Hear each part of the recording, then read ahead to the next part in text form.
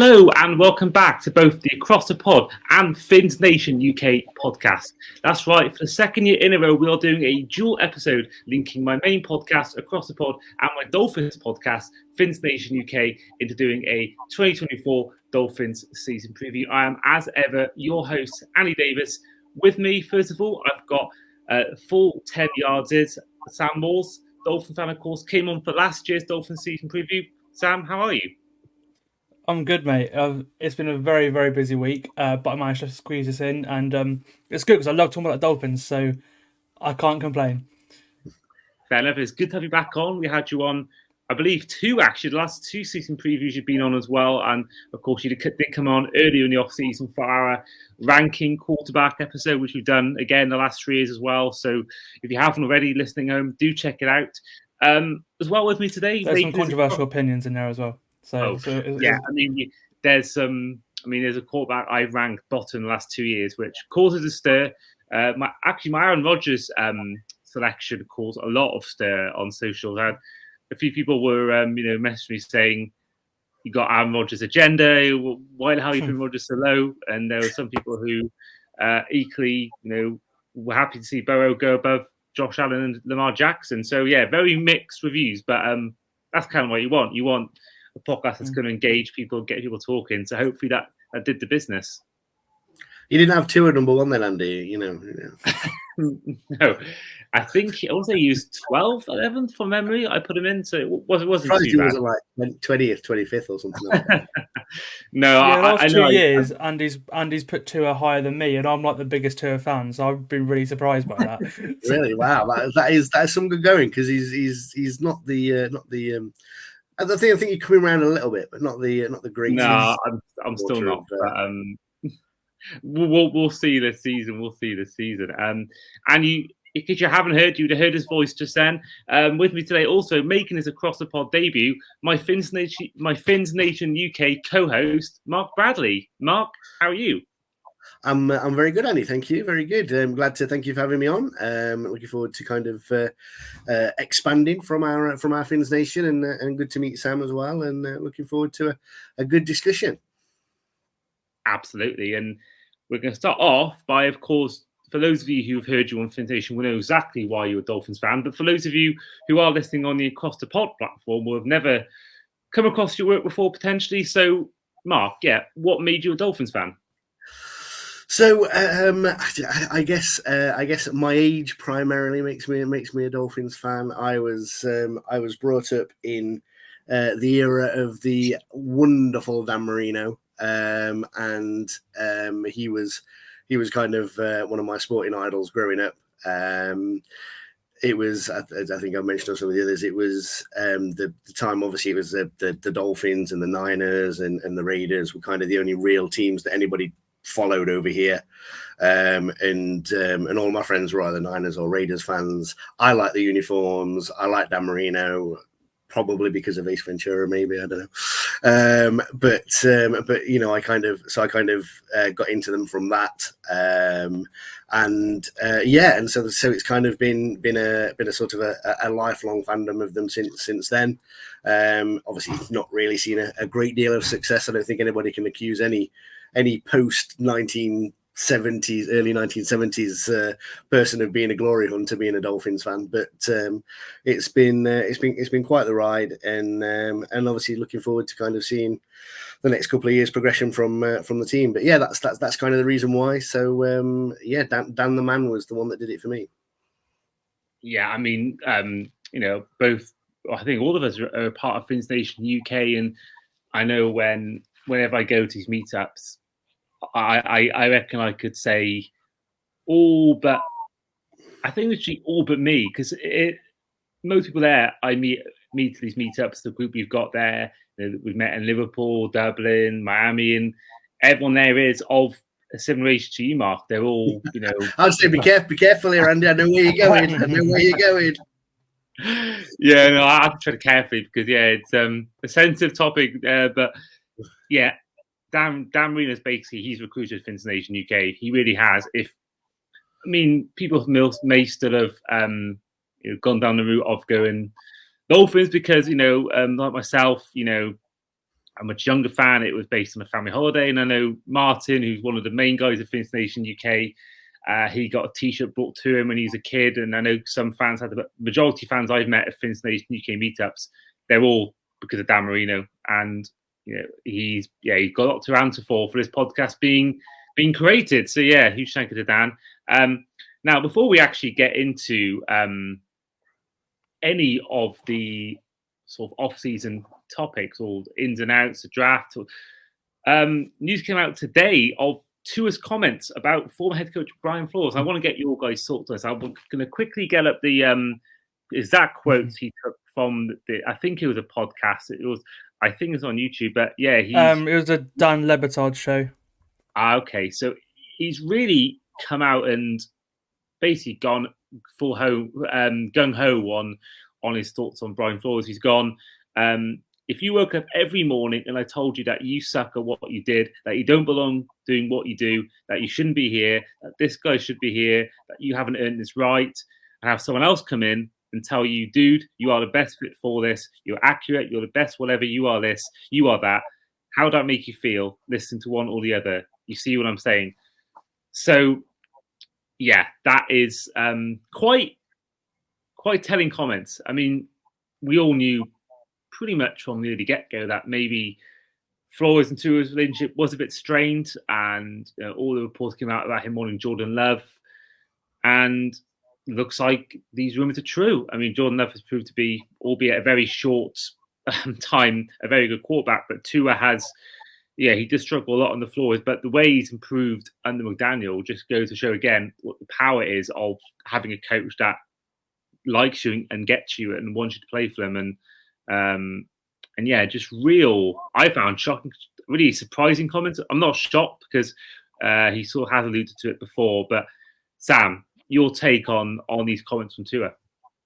I'm not surprised, first off. I'm really not, because again, as you were saying, we've heard multiple things over the time since Flores was fired. But yeah, so that kind of thing does tarnish his sort of legacy, because he was a very successful head coach in terms of back-to-back winning seasons towards the end, and from where they started under him to the end, that was some great growth. Admittedly, Chris Greer did a great job as GM as well at that time. But he got quite a lot, probably the best he could, out of the team as a whole. But there are some players like Tua and some others that he did rub the wrong way, and especially the younger ones. Obviously, there's a new generation of athlete.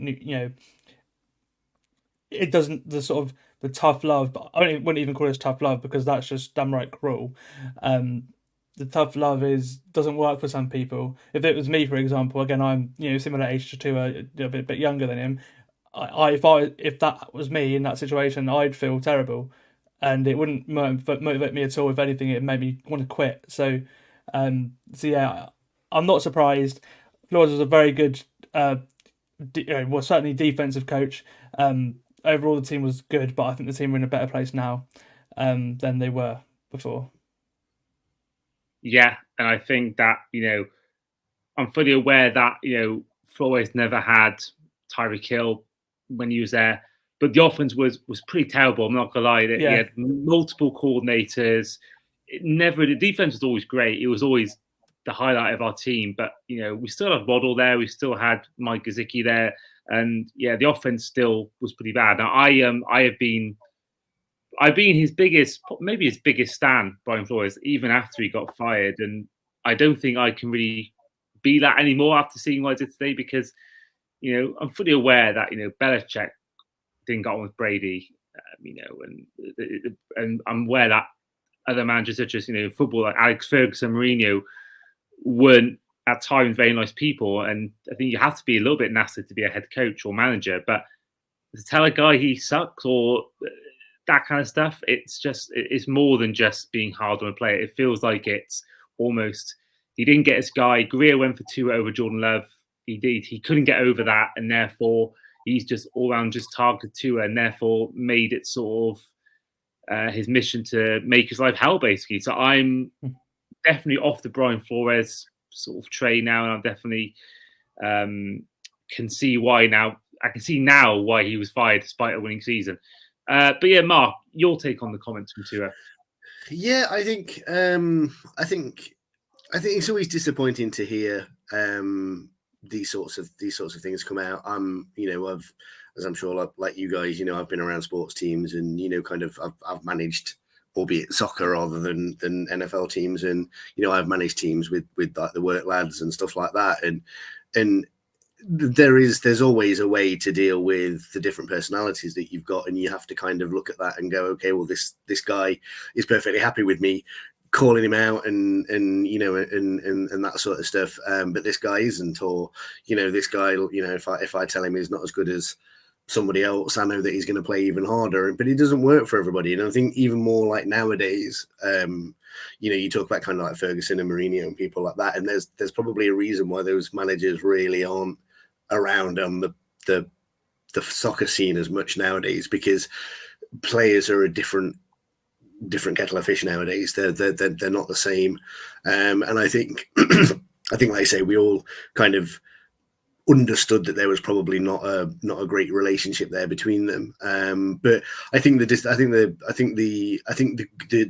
positive to take out of it is, I think Tua feeling confident enough to kind of go and say, sort of and explain his feelings. There's still those people that constantly go back and refer to those 2 seasons as a stick to beat him with when he does well and those sorts of things. And I think coming out and kind of saying it, a bit like some of the guys did with Vic Fangio last year, and kind of just intimating that things aren't being done the right way nowadays that they used to be. And obviously, again, an old school type coach in Vic Fangio, an old school type coach in Brian Flores, in the way that they do things. And I just think it's kind of, a good thing for Tua. It feels like this is kind of a bit of a new Tua that we've got since the contract and since he came back this year, in that it feels like he's taken a massive step up in his overall confidence and his sort of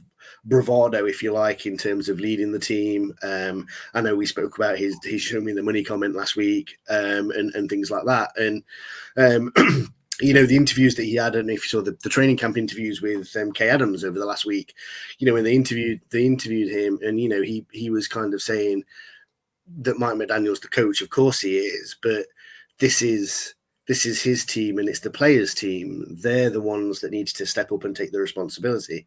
It's on them just as much as it is on Mike McDaniel. And it feels like this is just kind of the latest progression in his leadership and his personality kind of coming to the fore. I think he feels, having had the new contract, he's obviously feeling the love from the organization. He's obviously feeling that, he's in a position now where he's with somebody in McDaniels. We know he went to bat for him, and Greer and everybody else like that really kind of cares about him, and really, and it's obviously showing that that's a massive thing to him. So, it's a shame to look back and think that, he kind of had to do that, and well done to him for coming through that and still being the player that he's showing himself to be at the moment.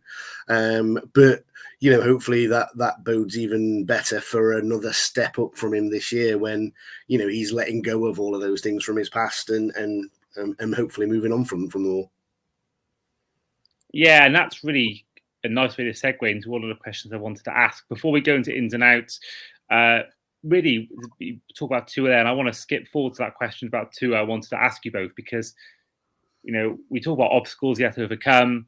Of last season, he overcame the injury concerns. He one of only a handful of quarterbacks that actually played a full season. And what was a real injury, crazy season, especially for quarterbacks in the NFL. He was one of the only ones that played every single game for the team. So he's overcome that.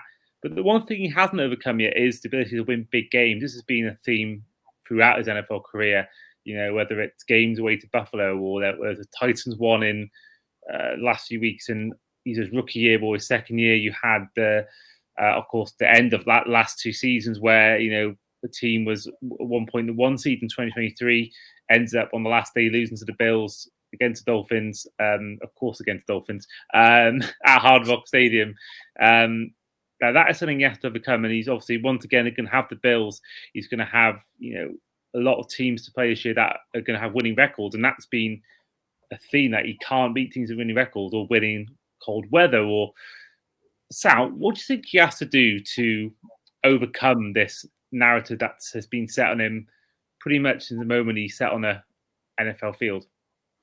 I think just carry on what he's doing. Like every single one of these sort of question marks has been answered. Every single one, whether it's health, deep ball, all these, and they're all stupid in the first place. To be honest with you, if you look at what he had to deal with his first 2 years, that is like poverty NFL offense. It was terrible, horrific offensive line. Again, you had Jalen Waddle being used in the slot and nowhere else. You had no outside receivers. You have a tight end who couldn't block in Mike Gesicki. Like that was poverty offense. Like it's just he had nothing to. And then we saw when he started to get some stuff.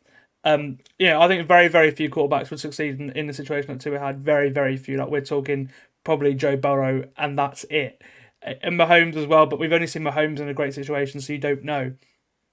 The only sort of quarterback we've seen perform in a terrible situation like that, consistently and play well is Joe Burrow. So we won't know if anyone else could do that. We'll start with the contract. Obviously, well, he's like the fourth highest paid player in the NFL, whatever it is now. I think it had to get done. I like the signing. It was about what I expected it to be, and I was happy that it got done now rather than sort of gambling on doing next offseason where he might get paid $60 million, and then because salaries just keep going up and up and up, and in 2 years' time he'll be like the 12th highest paid quarterback or something, something along those lines, just where as deals get on. And I don't see what people are complaining about in that aspect. Again, I think he's special at what he does well, especially the leadership qualities are there as well. You mentioned it, Mark. He's sort of the last year and a half, 2 years, he's come on as a leader massively. Like he's put the team on his back, and that's a big thing about big games as well. And I believe that he will get out of this right in big games. This is the first off season that he's been able to actually improve his game over it, rather not rehabbing or going through a physique change like it was last year or anything. Like this is the first season he's actually had. And he's lost a bit of weight. He's looking a bit nimbier, but no injuries or anything. Like this is the first actual off season that Tua has had his entire NFL career, and he's now on his second contract, which is insane. And again, if he has another year like the last two and he stays healthy, there's a high chance that Miami are a playoff team again. Win one game, that contract is well deserved already. And I feel like he can do that. Like doing big games, he's he can win them. I've seen him win, in a close game, put a team on his back and win it. He did it twice last year. He did it against Dallas. And he did it in the first game against the Chargers. So he did do it twice last year. It's not happened in the big games. I know he can do it. It will happen eventually. I think it's maybe this leadership thing that he's taken on, this mantle, is what happens. But we know he can do it. He did it in his first game against the Cardinals. The game against the Cardinals where he came back, ran loads in his rookie season. Obviously, he did it loads at Alabama as well. There's clutch moments. Like he is a clutch quarterback. It's happened many times. It's not happened when it should happen. In the big games, I think it will happen. It's just when, really. I think it would. And once the Dolphins do get that first playoff win, whenever it is, I think a lot of people will have different opinions. Yeah, I think you spot on there, Sam. I think a lot of people seem to forget the Baltimore game from a couple of years ago. When down in the fourth quarter, and we scored 4 touchdowns in the quarter, and that was Tua was kind of behind all of that. They weren't rushing touchdowns; they were passing touchdowns, and they were brilliant plays. So I know it was early in the season, and that's the what's leveled at him. But exactly as you've said there, I think the next natural progression for him, it feels like exactly as you said, it feels like the weight that he's at the minute will hopefully allow him to have a nice mix between the being able to take the hits that he obviously had to bulk up for last year and go back to a little bit of the running and the scrambling that he did when he first came in, that he left him a little bit vulnerable. So, if he's somewhere in the middle, then I think we'll be well away. And I agree with everything you said, really. Yeah, it's I think like I said before, that you've all said before, this last few minutes, he's overcome all his challenges, and I feel like I'm just glad in a way that he has got the Buffalo game on the road fairly early on in the year. I think that's a good thing. Because I think once you beat them once in that spot, I think that almost will matter as much about the weather if you play him the next year in week 17, because he knows he can beat the Bills. So I think that's something that I think that game for me is probably the biggest test for us, because we've struggled against the Bills pretty much since they've got a good. We've never been able to beat them, and Josh Allen. There was the game. Obviously, there was the time in the heat, but also the second game last 2 years ago. The one in the snow. They really could have won that game. That was a really close fourth quarter game. If one ball is different, on that. I think actually Daniel's management in the fourth quarter is probably what lost in that game, which I think which is something I'm going to come on to later on in the podcast. But they very well could have won that game in the snow. It was very close, and had they won that again, that's another thing we wouldn't be saying. So it's just the tiniest margins that they've been very unlucky. You'd like to say. Obviously, there are themes, but if they won just one of those, which was possible, then we wouldn't be having this conversation. So it's one of those things in sports that just until it's just show me what you've done, and obviously they haven't got anything to show in that aspect. But once you do show, then it changes completely. Absolutely, I think that will be, a huge statement to the league if we were to beat them. I think that would be. I think win that game will go a long way to winning the division. I think if we're to finally win this AFC for the first time since 2008, I think the first step has to be beating the Bills on the road. I think beating them at home is also important, because we haven't done that an awful lot apart from that one time, 2022. But I think it's such a big game, both games. I think week 2, week 3 is the first one in Miami. It's a shame it's a night game, because I'd love to have seen it in that heat like it was 2 years ago. But I'm just hoping that the fact it's early on, it's not new receivers, but sort of it's a new sort of, Diggs no longer there. There's no Gabe Davis anymore. I'm hoping there'll be some teething problems early on that we can maybe capitalize on. But I kind of wish that was a day game rather than night, because it just removes the heat factor. Moving on now to the ins and outs of the off season. The main ins, and I do apologise if I've forgotten anyone. I do apologise. We brought in Odell Beckham Jr., Calais Campbell, Kendall Fuller, Jordan Brooks, Jordan Poyer, Siran Neal, Johnny Smith, and we re-signed after a year away Emmanuel Ogba, and also a quick in and out were both Shaq Barrett and Tia Tart, who both were in and out as quick as lightning. And then the main outs include the likes of Christian Wilkins, Avian Howard, Andrew Van Ginkel, Jerome Baker, Keon Crossan, and Albert Wilson to retirement. Going on to the draft as well. So we took Chop Robinson, 21st overall, the linebacker out of Penn State. Patrick Paul, a personal favourite of Mark Bradley's, offensive tackle, 55th overall. Jalen Wright, one of my favourites in this draft class, 120th overall out of Tennessee, as well as Mohamed Kamara, linebacker out of Colorado State in the 5th round, Malik Washington and Patrick McMorris in the 6th round, and another receiver in Taj Washington, USC, in the 7th round. Mark, we'll go to you first on this one. Your take on the team's offseason as a whole? As a whole, pretty positive. I think I would have liked maybe a experienced quality O-lineman to have come in, and maybe another experienced quality defensive tackle, maybe. But that being said, I know a lot of people kind of think, we did a bit of a scattergun approach in terms of replacing one man in Wilkins with 2 or 3 that we hope throughout the season can probably kind of cover. And we all know that, Chris Greer and Mike McDaniel staunchly defend the O-line and say that the O-line is just as good as it needs to be. Still not quite sure that's the case, but hey, they know much more about football than I do. But yeah, I think in terms of the signings, obviously a bit disappointed we've not seen OBJ yet.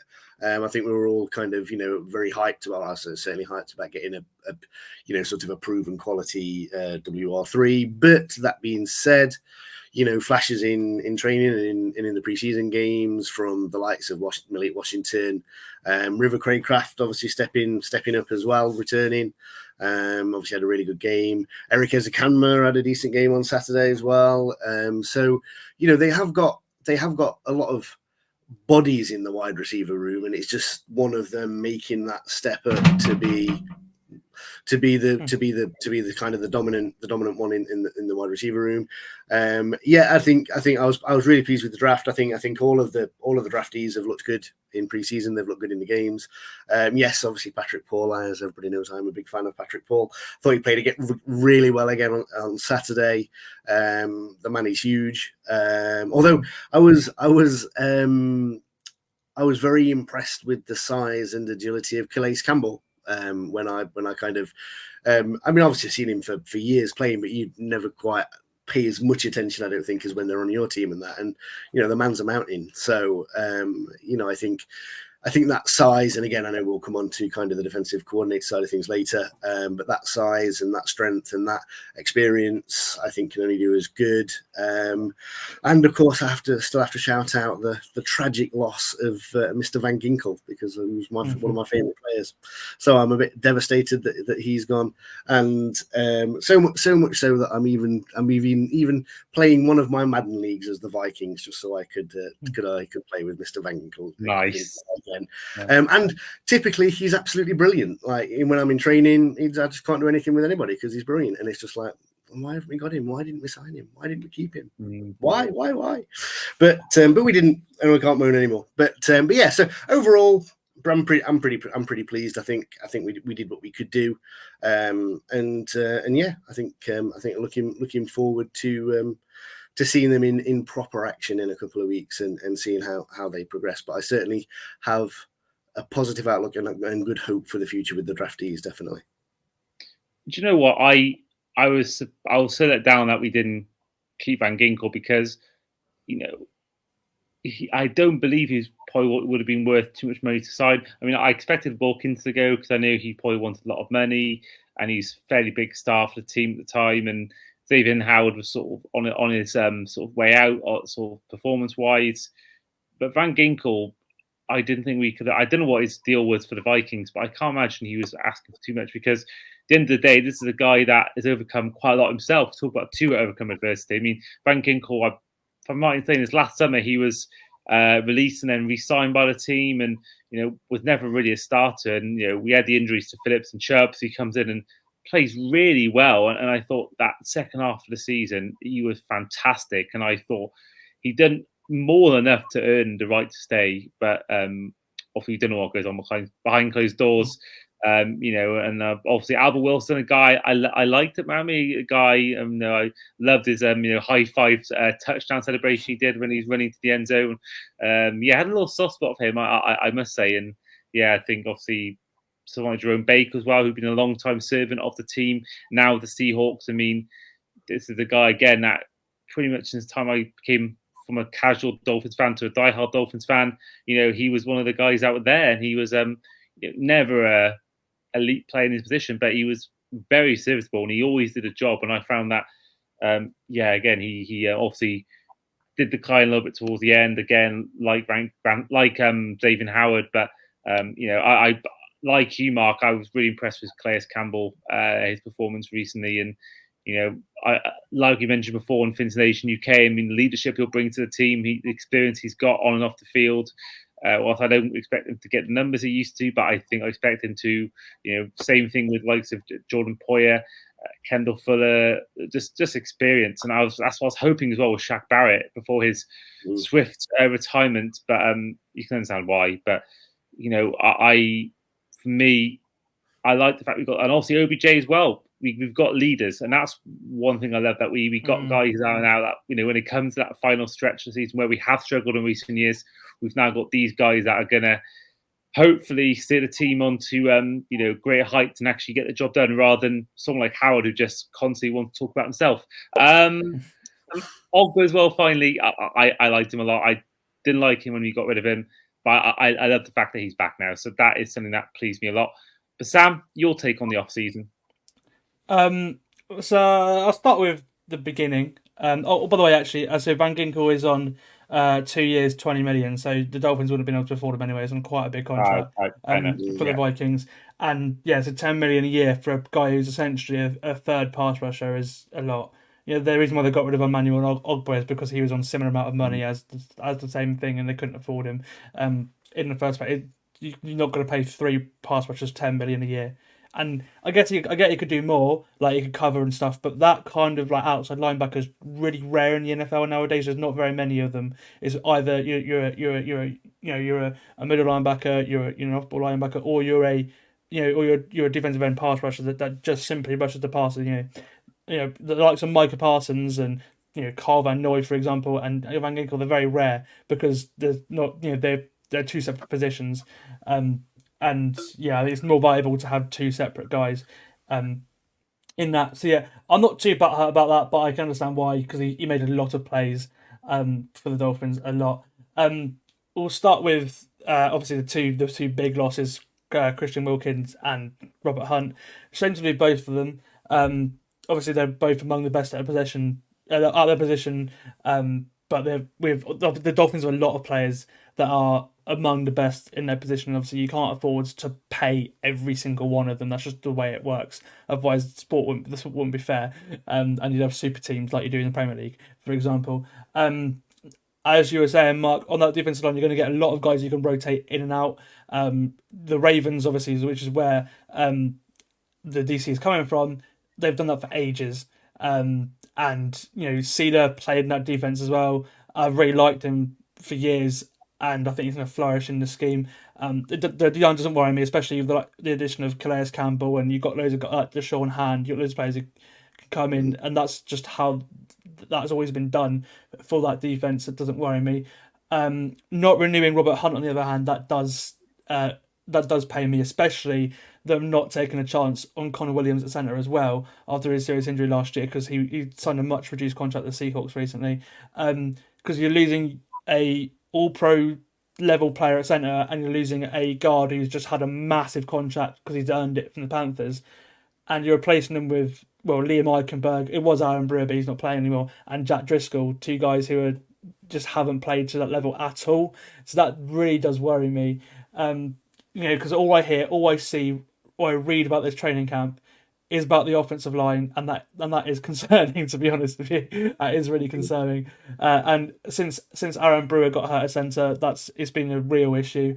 There are concerns about him anyway, because he's a really, really small centre.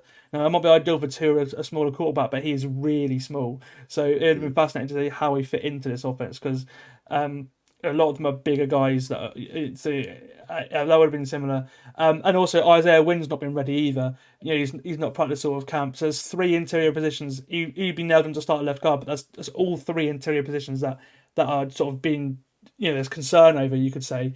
So that doesn't give me much confidence at all. Now, Butch Barry, the coach. Quick questions. Why do you think we didn't go back in for Connor Williams? Because I agree with you.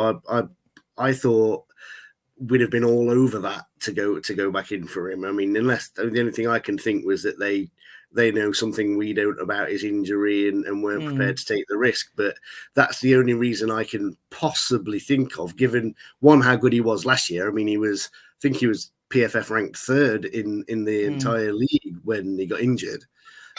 So I can't see any reason. He wasn't, like I say, it was a decent contract, relatively friendly contract. I can't really understand why, unless it's his injury. What do you think? Yeah, so again, I agree with you. I don't really understand it. They might have done had they had time, but the problem is, just as Aaron Brewer got hurt, he signed with the Seahawks literally in the same day, pretty much. So they wouldn't have had. So maybe if it happened a couple of days before, they could have maybe gone back and offered him a similar contract to the Seahawks. But yeah, it might just be that they have concerns over the injury, because again, going down with people thought he wouldn't even play this year. So the fact he's signing with a team is encouraging. But yeah, maybe the Dolphins see otherwise. And then so I have a little bit of confidence, because the offensive line looked terrible last year and played pretty well. Like that's the best Dolphins offensive line since the Adam Gase year with Jay Ajayi, when he ran for 200 yards in that one game in 2016. It's the best offensive line since then. And that's like 7-8 seasons or however long it is. That's saying something. So Butch Barry did very well last year.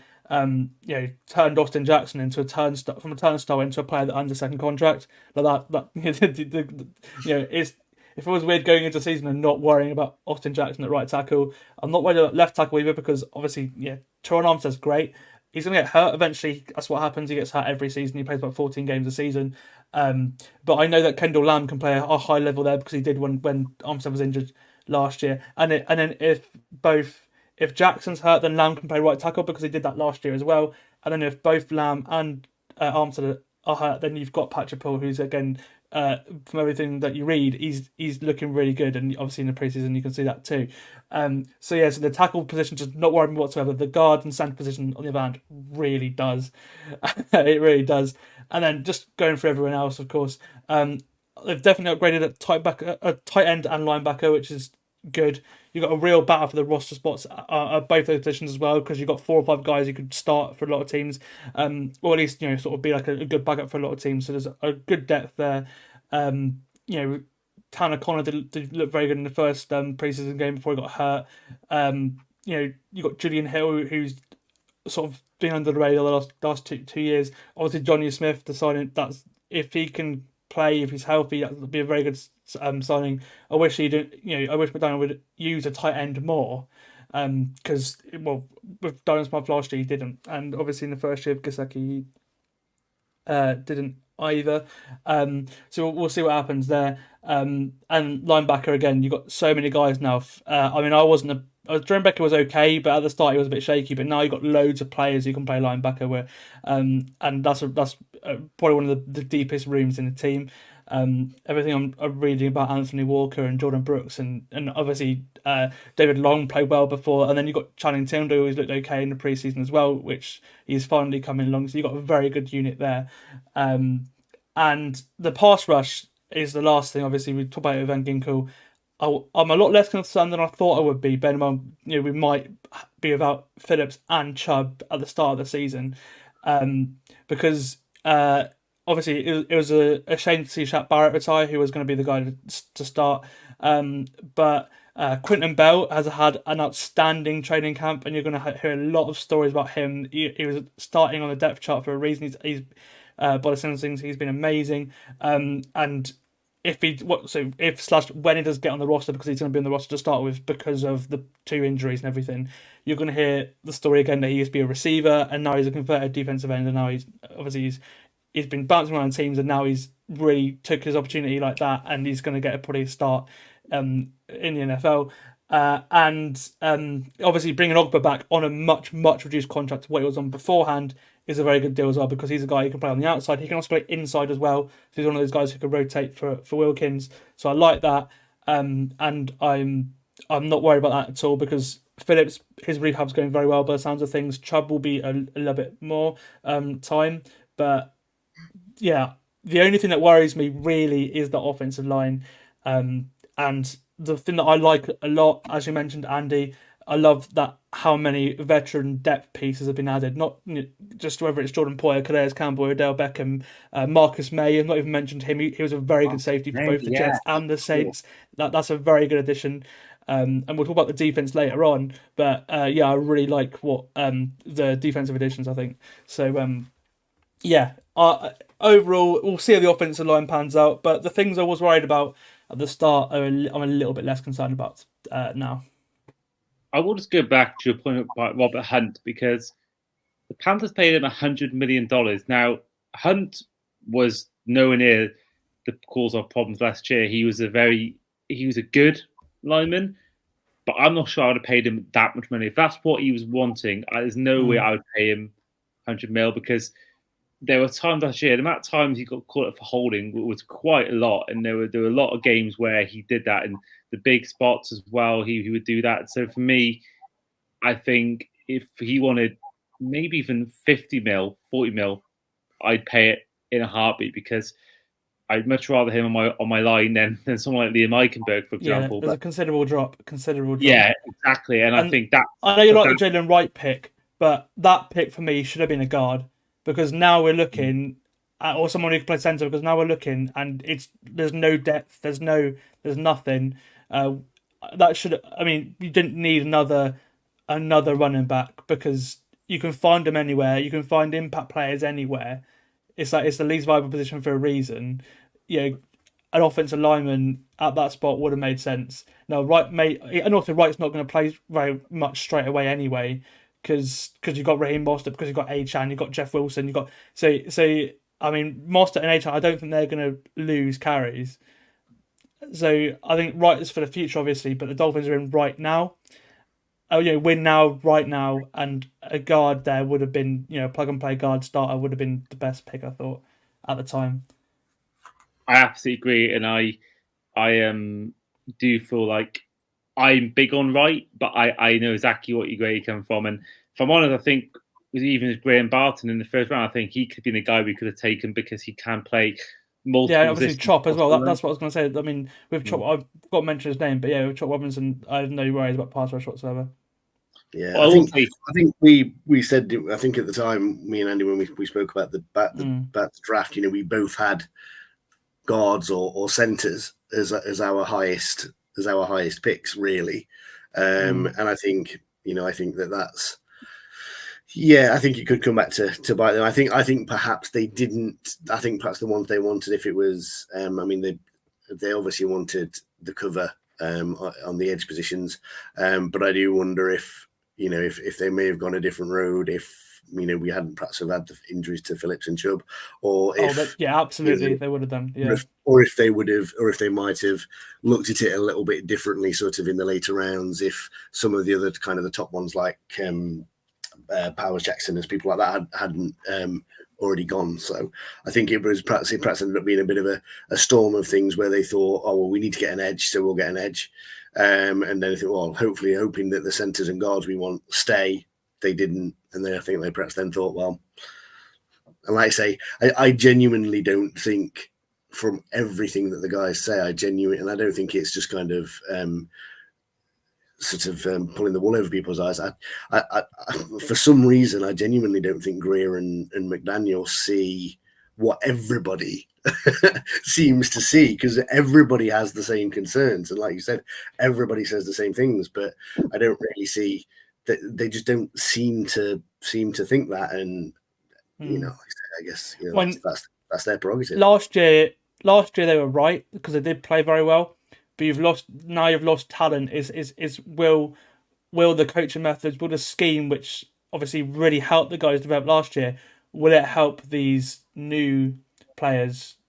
That's the thing, and I'm not as confident. I'm okay, but it's either if I hadn't seen last year, I think I would be absolutely bricking it right now. But because of how they played last year, I'm a little bit more. I'm just cautious.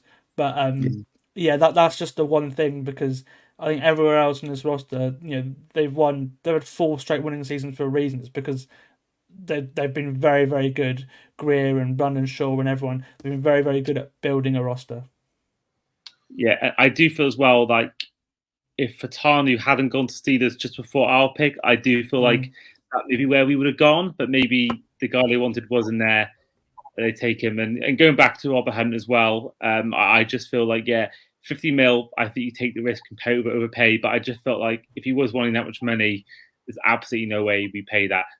Moving on now, we will move on to the defense. I mean, Sam, you had a lovely summary before about the defense, so Sam has sort of put the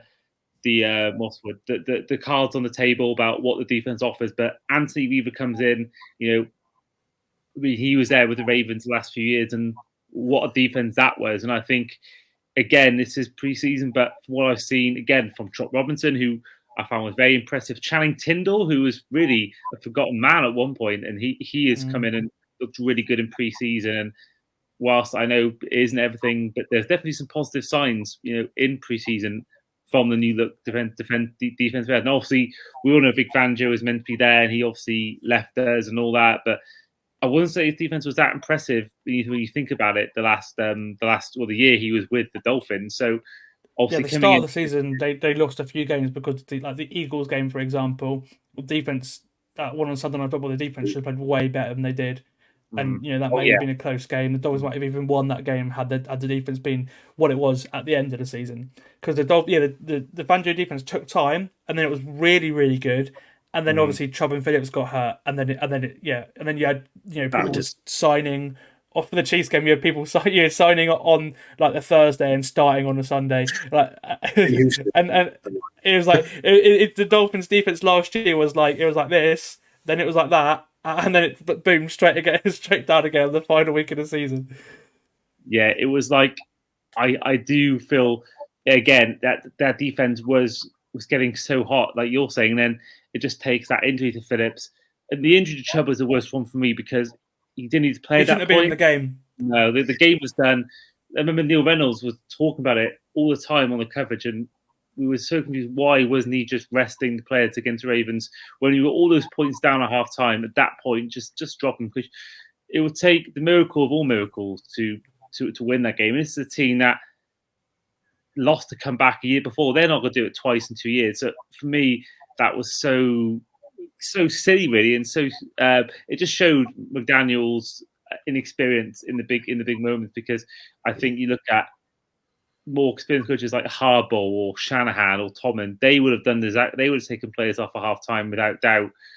I'm so sure of it. So, and I do think that ultimately did cost us our season. I think in the end, it is a shame that it's happened, really, because I think Chubb having in week one available fully healthy would have been such an asset to our defense. And I do think that would have been a big plus of Anthony Weaver. But, it's a new look defense. But Mark, your take on the defense of Anthony Weaver going into the 2024 season?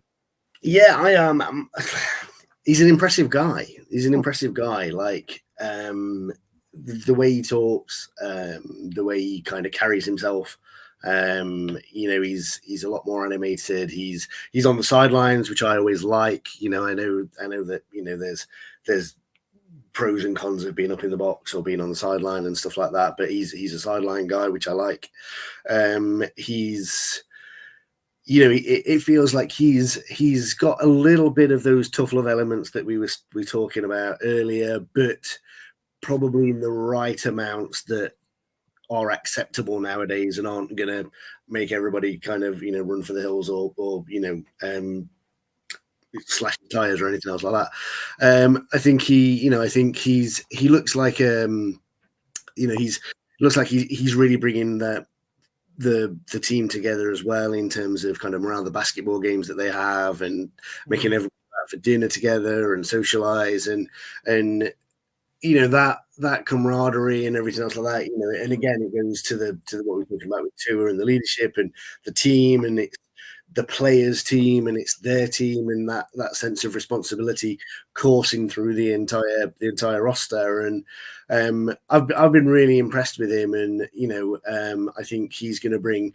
I certainly think he's going to bring some of the toughness that I think we all know we're around as a bit of a soft touch. And the players that we've brought in reinforce that we're not looking to be that anymore. We're looking to be a little bit more aggressive, a little bit less of a soft underbelly, and I think that's good. So yeah, I'm pretty impressed with the guy. I think feels like he's going to be good for the development of the younger players, and he's got a lot of experience, and again he's somebody that's very, very highly thought of around the NFL as well. I don't think he'll be here very long. I think we might get this season, maybe next season, out of him before I think he probably moves on to a head coach role. I think we just have to enjoy it while he can. And I guess the good thing about that is if he does progress in that way and he does go off to do that, the chances are that's because we've had a cracking season. So I think that's the good thing. But yeah, again, positive and looking forward to seeing what the season has to offer with him. I'm going to say that the players really, like Mark was saying earlier, the players, it sounds like they're really enjoying it as well, compared to last year, where, Javon Holland especially, I think he and Vic Fangio did not get on whatsoever, and he's one of the best Dolphins, defensive players as well. So that wasn't a good thing. I think he's going to have his best year this year because.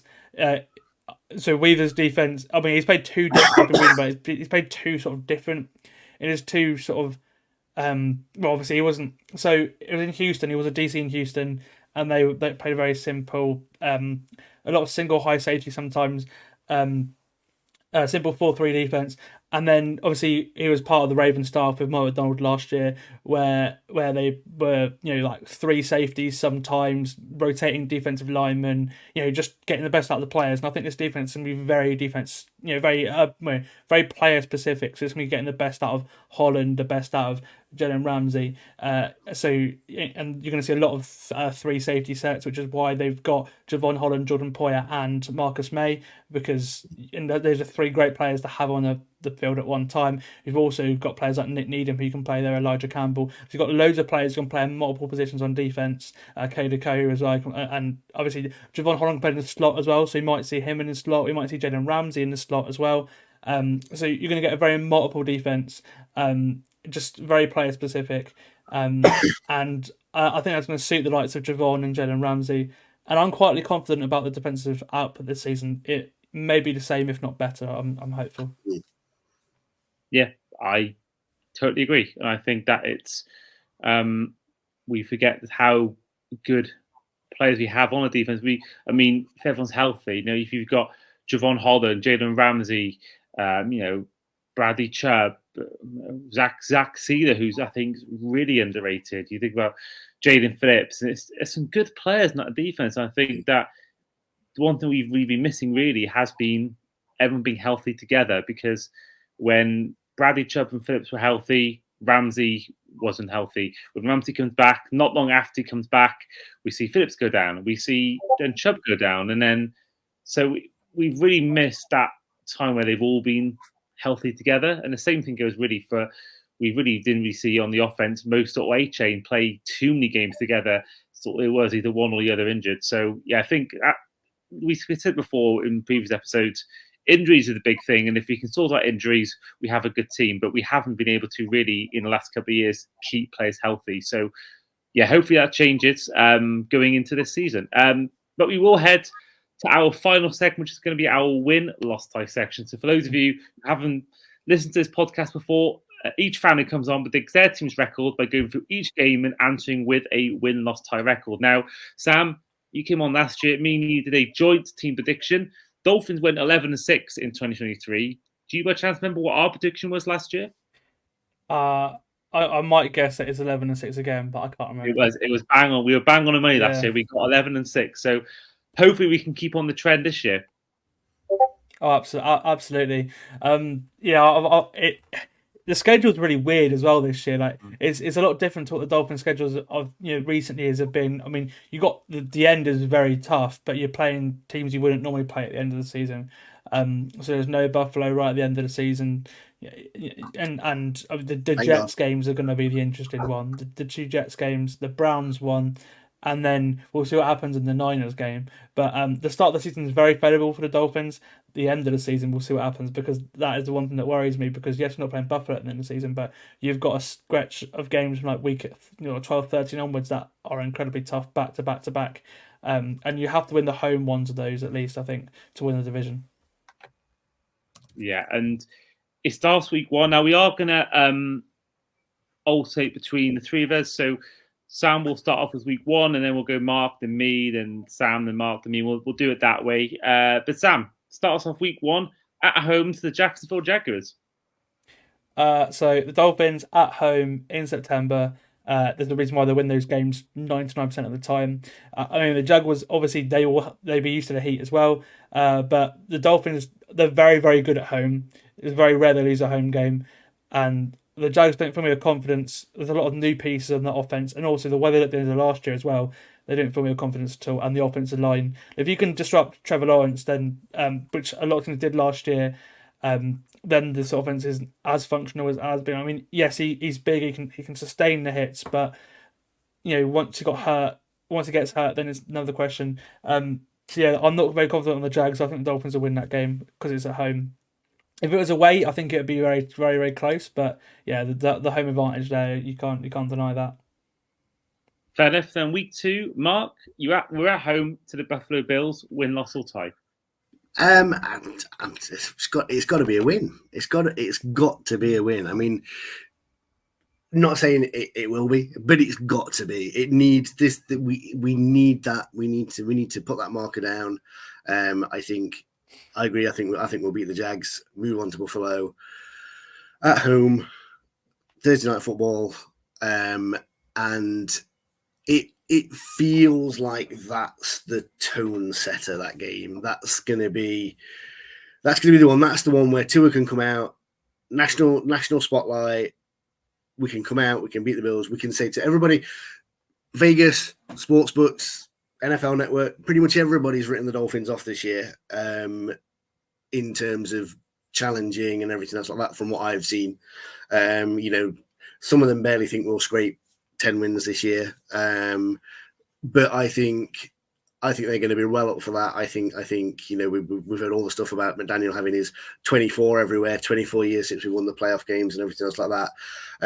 And I expect it to be close. I expect it to be tough. I expect it to be bruising. I don't think it's going to be the normal sort of Dolphins game that we're going to play. I think they're going to come out hard on that game, and I'm going to go for a very narrow but very crucial win. Okay, so then week 3 is on the road to the Seattle Seahawks. This is where I come in. I'm going to go for the win.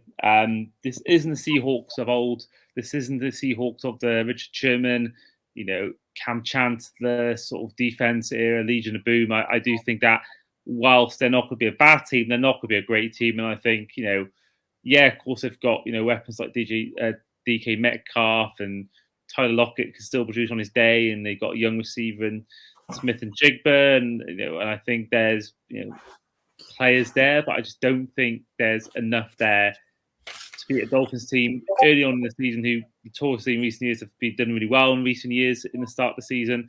So I think this is a very easy win. Sam, back to you for week 4, another home game, 3 of the first 4, which is really good, against the Tennessee Titans. Now, sitting at 3-0, I think the Dolphins will be talked about a lot on talk shows and everything. I think it will get to them a little bit. So I do think they'll lose this game. Monday Night Football against the Titans was a bit familiar, like last year. But I just, one, because I think that'll be the game where after that game the team will regroup and turn around. But I think they're going to lose at least one home game, and I feel like this one could be a contender for that. Not only because of last year and everything, but also because the Titans are a good team. They've had a very, very good off-season. They're looking. I don't understand where all this. They're not bright enough. I don't think, because they've had a very, very good off-season. I think Brian Callahan will have a very good. He'll be a very good head coach. Obviously, another one of these McVay, Shanahan kind of. There's tons of them in the league now. It's a very, very quarterback-friendly offense, which is great for Will Levis. Also, he's got his dad over, who's probably the best offensive line coach in the league as well. So last year, where offensive line was an issue, I doubt it's going to be an issue this season as well, because their offense will be vastly improved. The run game will look better as well, and their defense have had a lot of guys on as well. I won't be shocked to see the Titans make the playoffs. So so they might lose this game, unfortunately, but I don't think it'd be a bad thing if they do lose this game, because the Titans this year are a lot better than the Titans last year. Interesting. I think I have a lot of different views about the Titans than maybe you do, Sam. On that one, it's just because it's just the pieces together. But as I said, and it's just the offense that Levis is going to be in. He looked pretty good last year at points. Again, the offensive line being a lot better, because that's been the one Titan. The offensive line the last 2 years has been horrific. So a better offensive line there, and again the defensive additions that I think they got to where they could with Vrabel. Now with this again, just everything there, like on paper it should work. Whether it does or not is another question, but I think on paper, like based on what we've seen from the other teams that run this offense and everything, it should work on paper. So we've got week 5 back with you, Mark. Is a road game against the New England Patriots.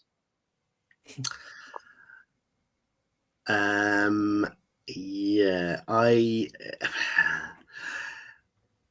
hate games against the Patriots because we do really well, and when we do really well, there's always that it has to end, and I always worry that the next game is going to be the next game. But first one about Belichick, of course, isn't it? So I mean, let's hope that's not a sign for them, and we carry on with the record as we did do when Bill was there. We should win on paper. We should win. This should be one of our easier games of the season when you look at everything that the Patriots are currently. They're in a rebuild. There's no two ways about it. The trading Judon this week as well weakens them even more than they already were. That being said, Drake May had a good game on over the weekend. Looked good. Looked kind of like he could be doing things. So I think it's a win. I hope it's a win. I think on paper there shouldn't be any too many difficulties there with them, and I'd expect that to be a nice victory. But and like you say, perhaps if we've come off the back of a loss to the Titans, again, you're going to want them to be up for that divisional rival going into New England and saying, last week was a blip. We're back at it, and here goes, and hopefully getting a good. It'd be nice if the Patriots game was the equivalent of the Broncos game from last year, and we. That would be amazing. That would be great. I can hope for that, but I think I'll just settle for the win. Yeah, me too. Week 6 is a horrible bye week to have, but week 7 we're on the road to the Indianapolis Colts. Now this is where I'm picking next. Now, I think if it wasn't a bye week, I would say potentially lose this game. I think if Richardson is healthy, he is the kind of quarterback we don't like playing. Just ask any Dolphins players who's played against Josh Allen in recent years. We don't seem to, remember Kyler Murray having a good game against us a few years ago. We don't appear to do, and Lamar Jackson's tortured us in a couple of games he's played. We don't really tend to deal well in recent years with mobile quarterbacks, and Richardson obviously is a very mobile quarterback. But I think the fact we don't know whether he'll be fully healthy or back to full sort of being okay. Obviously, we've really seen him in a handful of games, and it's not really. We don't know enough about him to really make a true opinion. And I think the fact it's a bye week as well. I'm going to give us a win, but I think if it wasn't a bye week, I would say they win. So I'm going to give them the edge, even though it's in Indianapolis. I'm going to give us the edge, but I think this could be one where it could be if Richardson is fully healthy. And I think that this could be a really tough game for us defensively because we have struggled in recent years against these mobile quarterbacks. So, going to give us a win, but I'm not too confident about that pick. I think I feel a lot less confident about that than my Seahawks pick in week 3. So, going to give us a win, but a very close one. Sam, back with you for week 8. And so you host as we host the Arizona Cardinals.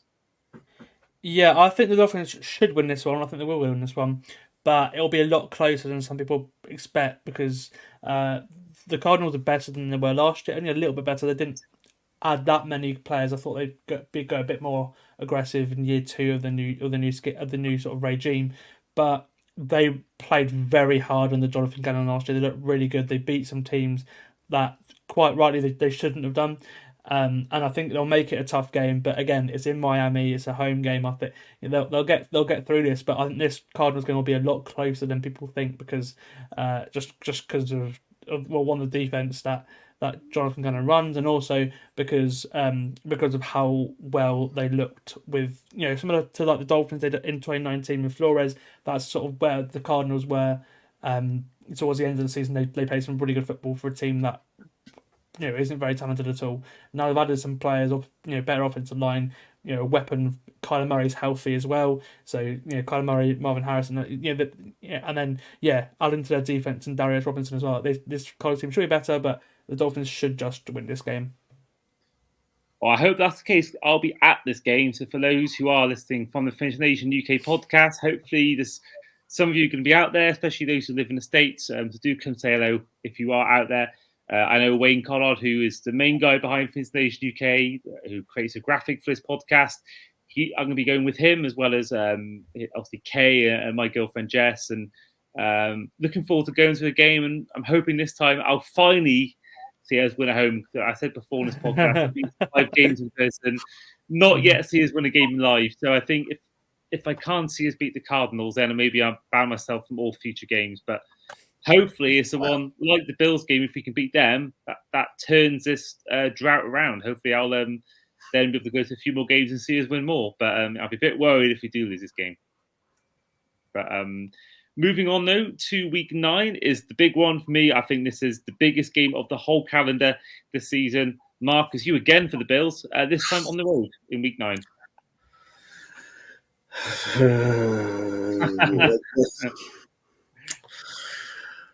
Yeah,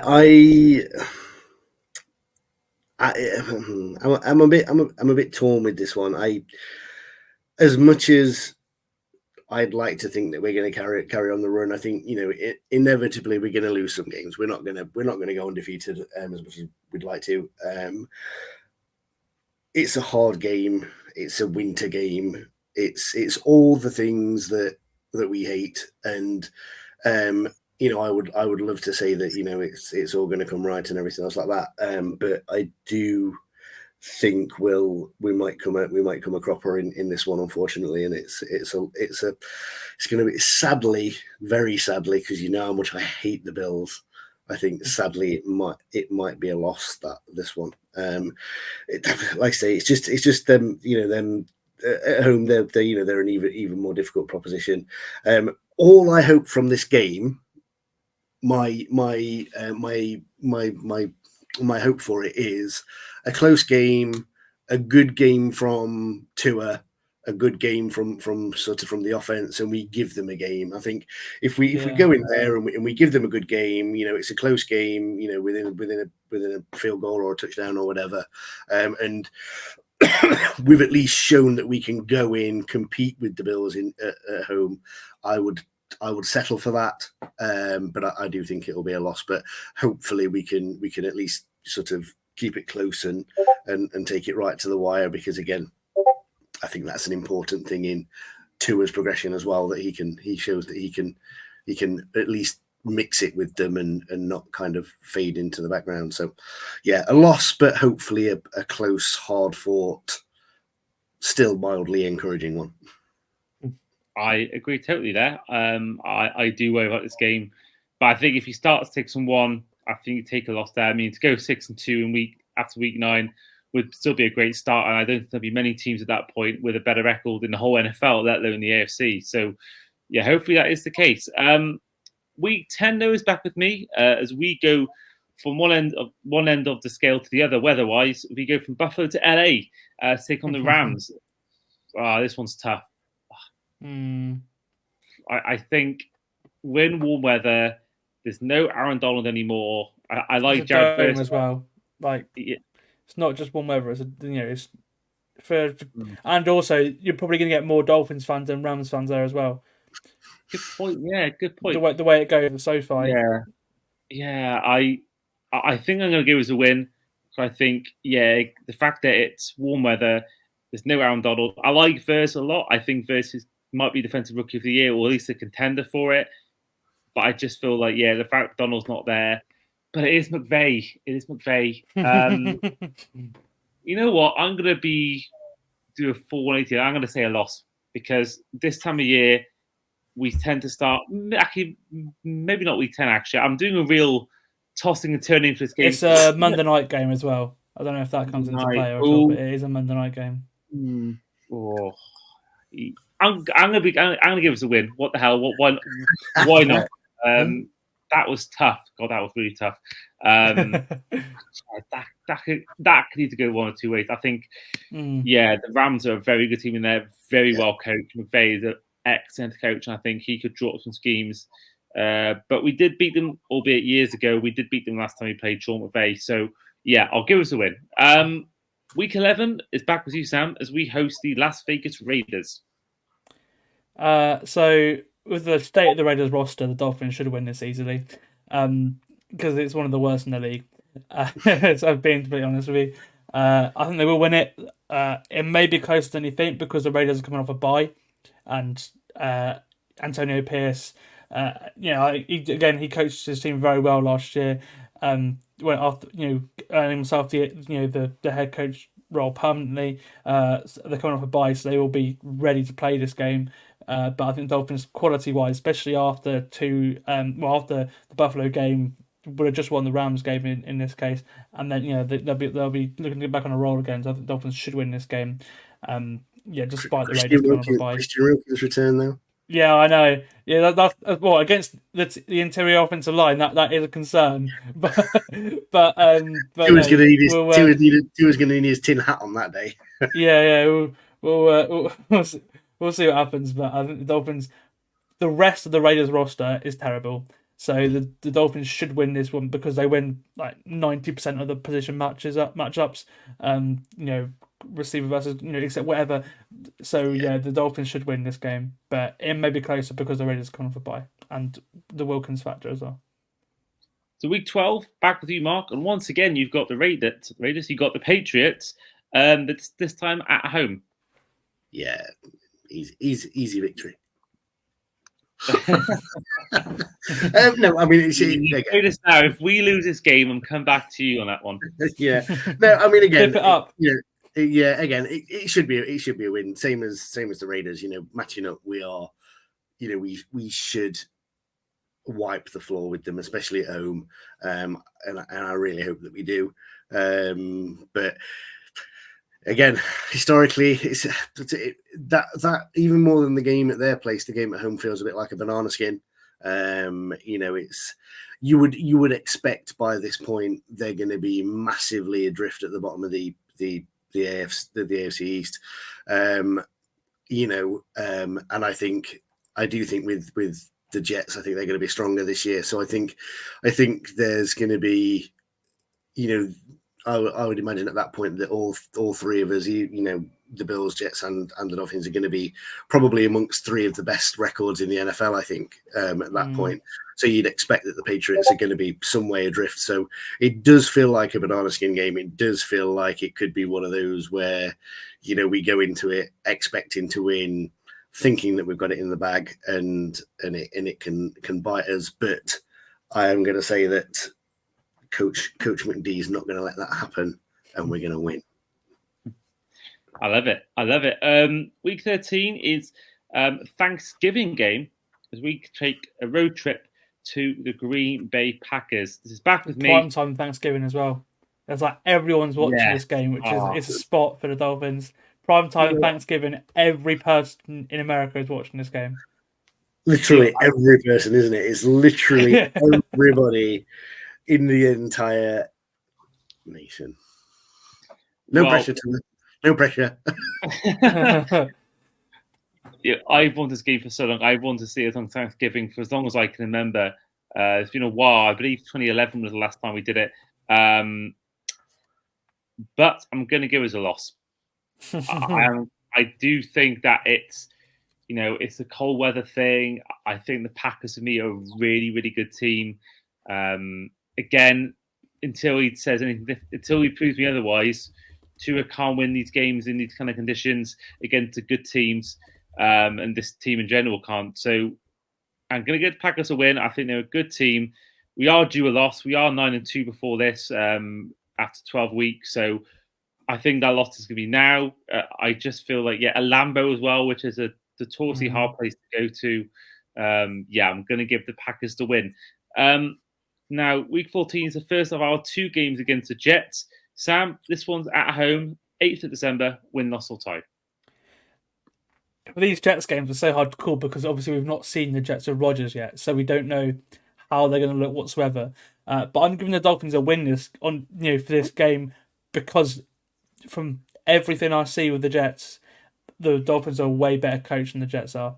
So I feel like that may be in a game. I think a lot of the times when the Dolphins play Buffalo, they're out coached by the Bills, and a lot of the times, last year, and McDaniel has outcoached Salah, Flores outcoached Salah. Like I think that, and also their offense. That they may have Rodgers, but their offense, I don't trust just everything around the offensive scheme. I don't trust it. So they may have the players there, but I just don't know if I don't know if it's actually going to work. So I think the Dolphins are better coaches, and I think that's what will give them this game, as well as it being at home, of course. I think the real question is, the following game. That's, for me, is a toss. I really don't know how that's going to go. But because of how well coached the Dolphins are, I think they win this game against the Jets. Well, that one next week, Mark, is at the Houston Texans, win, loss, or tie. Yeah, sadly, I think we're going to take the L. Texans are up a bye as well, which is the Texans. I think the Texans are going to be a really good team this year. I think they've, the additions that they've made, the whole aura around the team seems really positive, with the changes that they've made and the players that they've brought in. And I just think, they're well coached. Stroud's obviously, excellent. And again, that type of quarterback that we have difficulty controlling and sort of looking at. Our old nemesis, obviously, Stephon Diggs is there as well. So they've got a very good offense. They've got a very good wide receiver core. They've got a very good tight end core. They're just. I've got a sneaky suspicion that as an outside bet for going quite deep into the season this year, the Texans. I think they're going to be really good, and I think unfortunately we're going to come a cropper there. I think it's going to be a loss. Well, sadly, I think the streak continues in week 16. We're hosting the 49ers. I think this is probably our easiest one to call in terms of losses. Even though we're at home, I think it would take basically what happened when we played them last time after reaching a Super Bowl, an injury bug. That's the only way we're going to beat them. But I think their team's just too good. I think on our day we can beat them. Obviously, we can beat them. We're one of the best teams in the NFL on our day. But I just think, even though we're at home, I just feel like this Niners team, normally the time of year when the Shanahan start to get hot as well. I remember they lost 3 games in a row mid-season, and then they ended up going on winning every game until, I don't know whether they may have lost week 18 or something, but with backups. But this team is far too good in every aspect. Coaching, quarterback probably is the only one where they're not. But running back, they got better running back. They got just as good as a receiver core. Tight ends better. Linebackers are better. I think all around this team's pretty much in 2/3 the areas way better than the Dolphins. So yeah, I'm going to give the Niners the loss on this one. I'm going to disagree with you there, Andy. We're going to win that game. We are not going to lose to the 49ers again. I hate the 49ers, as you know. We are not going to lose that game. I'm going to be watching, screaming at the telly. We're not going to lose that game. But by all means, obviously, for our purposes, you're probably right. But we're going to win that. We're going to win. We're going to beat the 49ers. I would love nothing more. I really would. I mean, I got friends who are Niners fans, good friends, but I can't really see anything but them. But week 17, back with you, Sam. Another tough team to play. This is a tough end of the season. My goodness. On the road to the Cleveland Browns. Yeah, from week 13 onwards is incredibly difficult.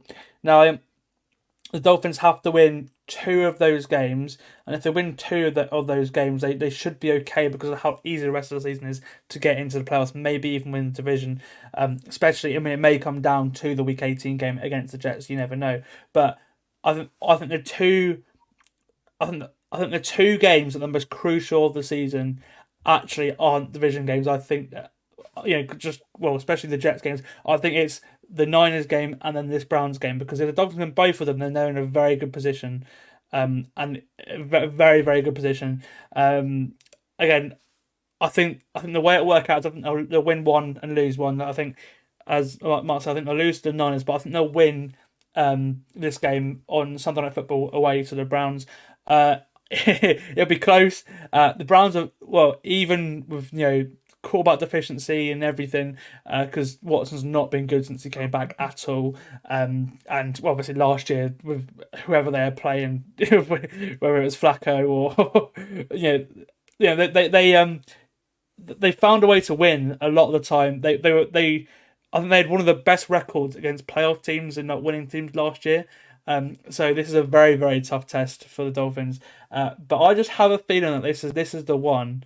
I feel like, again, this may be one of the most fascinating games of the season. But I just got a feeling that that's the one the Dolphins win.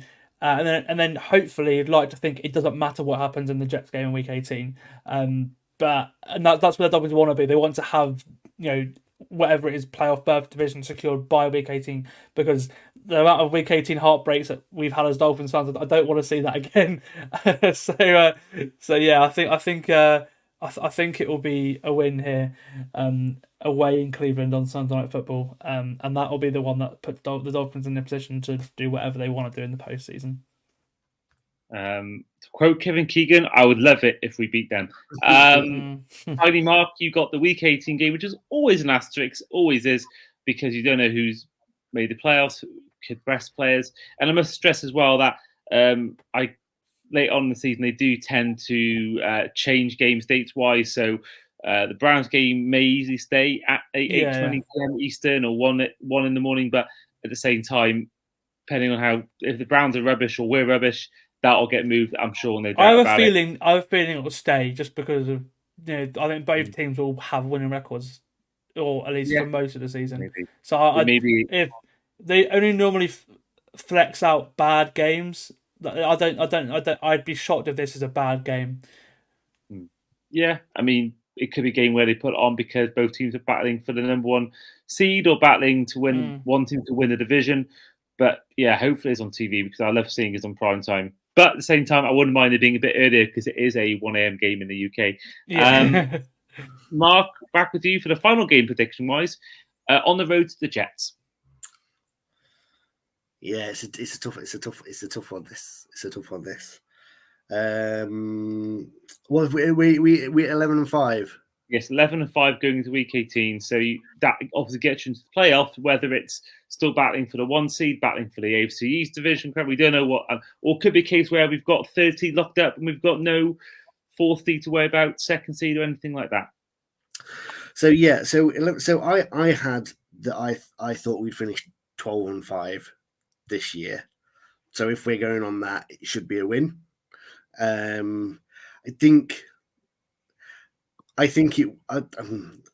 hope it'll be a bit of a dead rubber, and that it is one of those games where we can rest people or those sorts of things.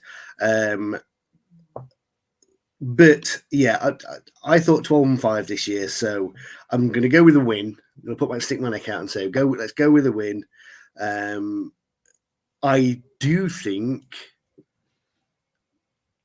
My bold prediction. I do think the Bills and the Jets going into the playoffs. I don't think the Bills will make it.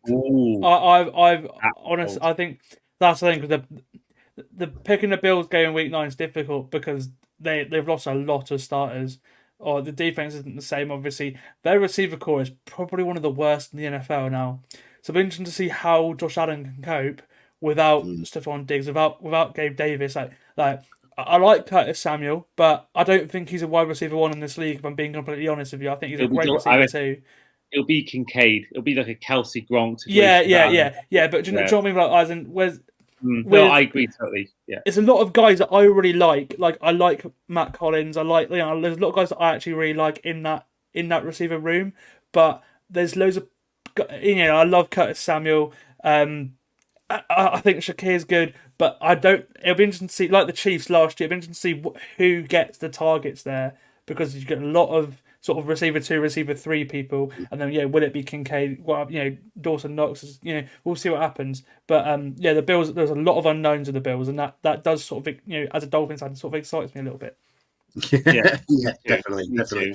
But yeah, so I think it could be, and I think it'll probably come down to what's needed as to, if one team needs the win and the other doesn't. But let's go for it. Let's go for a win, because we don't want to lose to the Jets twice, do we? Absolutely not.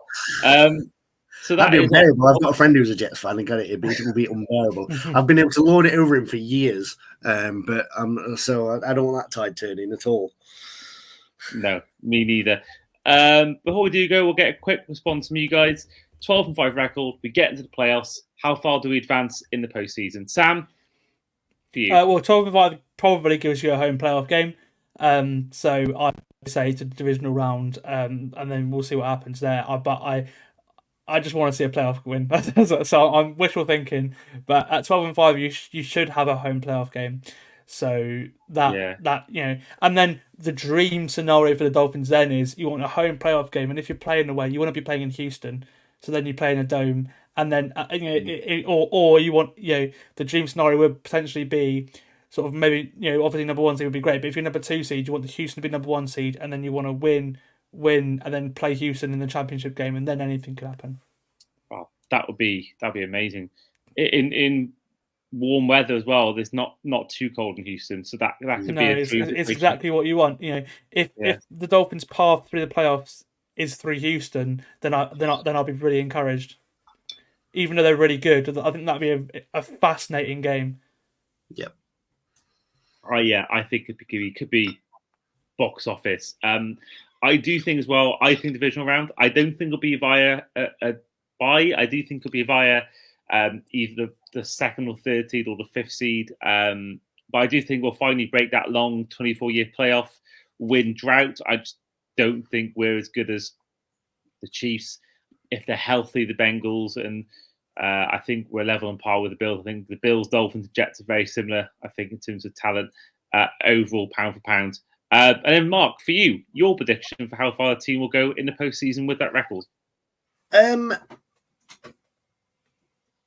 Yeah, I'm going to be. I mean, I think we all just want to see that one win in the playoffs, and I think we'd all be satisfied, and we'd be happy and everything else like that. That being said, we don't know what kind of who's going to be around next year. We've got a couple of big contracts that we need to pay and everything else like that. Do we really push it this year and really go for it, and let's see how far we can get? I think a fit, healthy side can go all the way to the Super Bowl. I really do. If we can get that is the question. But I think our number 1 players, all fit, all firing, I think we can match up with anybody across the rest of the NFL. If you look position for position, it's just if we can get the play calling right, if we can get Tua's head right, if we can get there's a lot of variables. So I don't no passes on 3rd 1, please, McDaniel, because if that's a way. Passing on 3rd and 1 is a waste of a down, because if you the momentum just goes if you incomplete it. Like you may go for it in 4th and 1, but if you run it and then it's different. Like I'm not asking every time, but like the amount of 3rd and shorts the Dolphins just messed up last season in big games, it just frustrated the hell out of me. I think it was 5 on Saturday that they did, and they ran on every one. There you go. I think it was. I think he might have got that message from literally everybody screaming at him for it. But yeah, I think he did. And interesting, just a total random thing. But talking about that 3rd and 1, Jonnu Smith being used in motion, and obviously is obviously another feather in the cap for something like that, because he's a big guy, a big strong guy. So I definitely think we're going to see that as well, which is why it's perfect in that situation. We definitely don't want to be doing that. I agree with you entirely. It's just awful when we do that, and you just think, why? But yeah, so I think we can. I don't think we will. Head over heart. I think if we can get to the conference game or the divisional game, amazing. We absolutely should be winning a playoff game. We absolutely should be. That's the minimum expectation. That would be fantastic. I would be more than happy with that. But I think if things went well and all things being equal, if everything we got to the end of the season fully fit, maybe we've got a rejuvenated Bradley Chubb because he's not really played until December or whatever as well. Then a bit like when Ramsey came back, then fantastic. And I think we could. You've got to aim high, haven't you, when you start the season? Otherwise, what's the point? But so why not? But I think realistically, I think win a playoff game, and then like say if we can win the next one, then excellent. But it'll be an interesting one, especially if a few of the teams that we spoke about step up and progress this year. It could be a bit of a different makeup in the playoffs this year to what we've had over recent years. You know, we could have a few surprise teams in there, which would be nice to see, and have some different sides to be going up against in the playoffs rather than the Bills and the Chiefs every year. Well, yeah, I mean, as long as we're not playing the Chiefs or the Bills. Actually, if we play the Bills, we beat them, fair enough. But I wouldn't want to play the Chiefs or the Ravens, if I'm honest. Yeah. And I said the Bengals as well. The Bengals in the playoffs, like Bengals. But basically, you want to play Houston in the playoffs, or like Indianapolis or something. That's what. Yeah. That's what you want in the playoffs, because Pittsburgh got the big game. Just like going to Cincinnati, going to Buffalo, going to Baltimore, going to Kansas City, going to Cleveland. Like those places scare me in the postseason.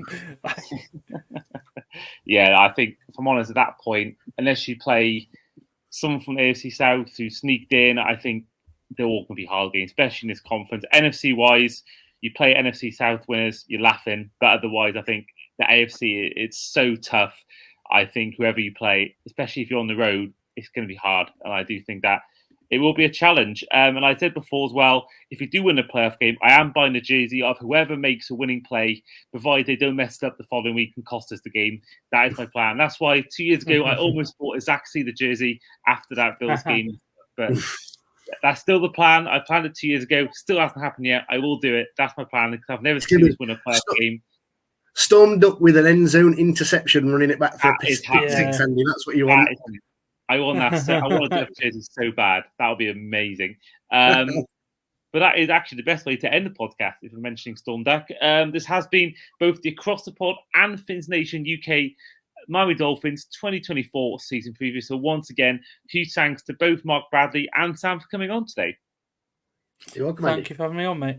Yeah, no problem at all. And you can see if you're watching on YouTube, you can see both their handles on Twitter on the video, both Mark and Sam's. But for those who are listening on podcast or Spotify, it is at Sparks 1978 and the SJ Moores. But these will be on our socials put on anyway, so do give them a follow if you haven't already. But in the meantime, this has been the Across the Pod NFL podcast, our Miami Dolphins season preview. We have just 2 teams left. We'll see you guys for our next team season preview.